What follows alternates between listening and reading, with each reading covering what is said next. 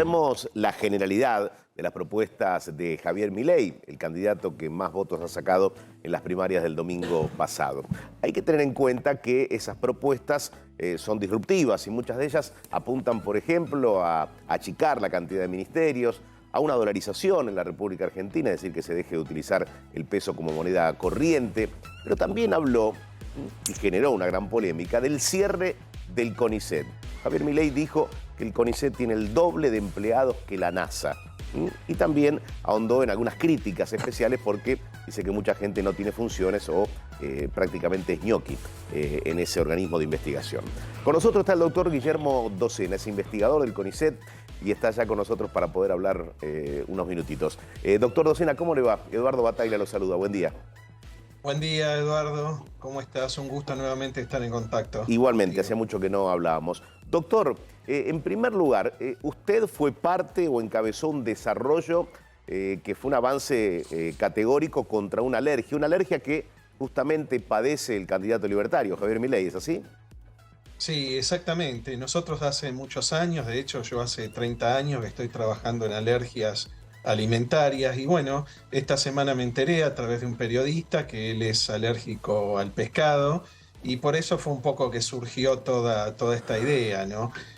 Nosotros lo que hacemos básicamente es estudiar aspectos básicos de la enfermedad y hemos desarrollado varios sistemas de tratamiento o vacunas, en realidad son vacunas, que bueno, funcionan en animales de experimentación, que es lo que trabajamos habitualmente, y por eso un poco surgió la idea si nosotros podríamos curar la enfermedad de Milei. Yo directamente no es que dije que lo vamos a curar a él, sino que podríamos tener la capacidad de hacerlo si pudiéramos llevar lo que hacemos en animales a individuos, a pacientes, ¿no?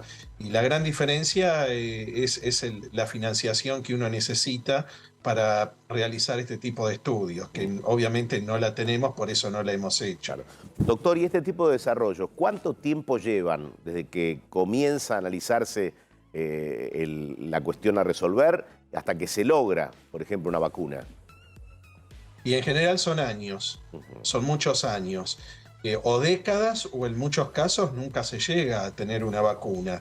Nosotros por lo menos lo que hemos planteado y lo que hemos estudiado en animales funciona. Si uno tiene un ratón alérgico, uno con estas vacunas hace que el ratón se comporte en forma normal, o sea, revierte la alergia, cura la alergia.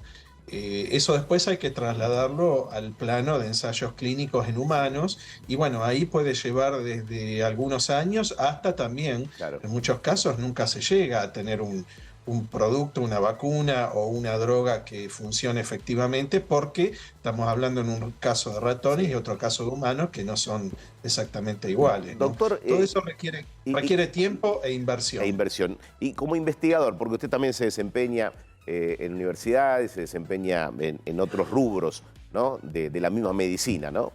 Ahora, ¿qué le generó cuando escuchó al candidato Milei decir que quería cerrar el CONICET? Sí, él en realidad no dice cerrarlo, sino privatizarlo. Eso Bueno, fue uno ¿qué significaría la privatización del CONICET? Eso es muy difícil de entender, porque ¿qué significa privatizar? ¿Quién va a hacerse cargo no solo de pagar sueldos, sino de financiar la ciencia?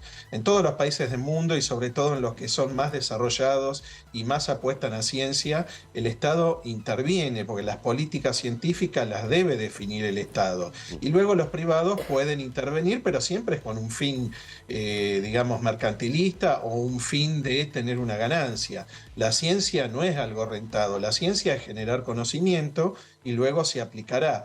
Entonces aquí yo no tengo muy en claro qué significa privatizar. También aquí hay recursos que vienen de financiadores privados, pero el Estado no puede estar ausente. A ver, Eso como no usted dice que no claro, tiene del todo claro, porque claro, lo que hemos escuchado hasta ahora son generalidades, ¿no?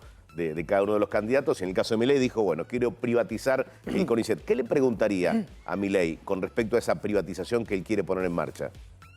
¿Cómo lo haría en primera instancia? Y si eliminaría lo que es recursos del Estado. Ese es el mayor problema.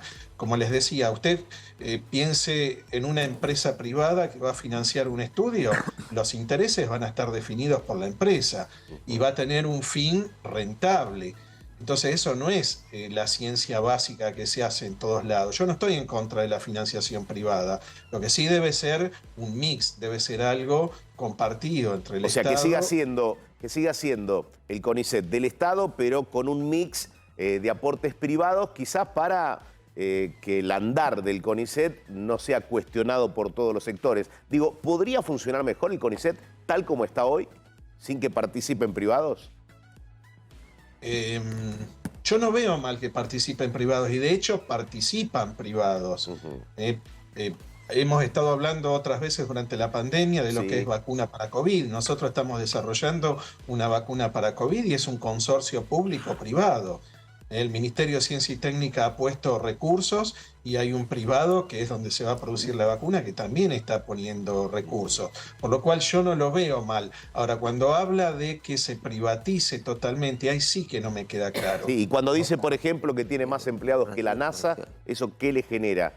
Pero esa comparación no es válida, porque uno está comparando a la NASA, que tiene un objetivo puntual, con una entidad gubernamental que tiene muchos objetivos. Yo lo compararía con el NIH, si quiere, de Estados Unidos, que es algo mucho más abarcativo y más amplio. También la NASA tiene muchísimos más recursos que lo que se aplican en Y CONICET. volviendo al CONICET, ¿usted cree que se podría hacer mucho más eficiente el CONICET? Digo, en cuanto a la estructura que tiene hoy, ¿le sobra gente al CONICET? Es probable que sí, que se pueda mejorar, siempre se puede mejorar. Lo mismo cuando dicen el CONICET está lleno de ñoquis.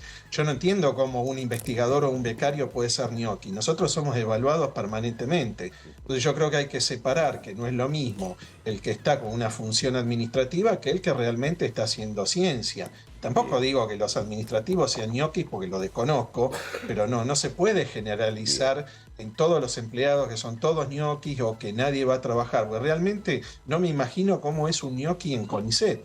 A nosotros nos evalúan desde aquí, desde, digamos, evaluadores nacionales y también evaluadores internacionales, y si no estamos produciendo y tenemos 2 informes rechazados, quedamos afuera de CONICET.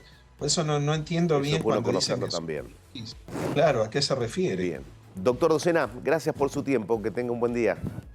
Muy bien, Eduardo, muchas gracias. Buen día para ustedes.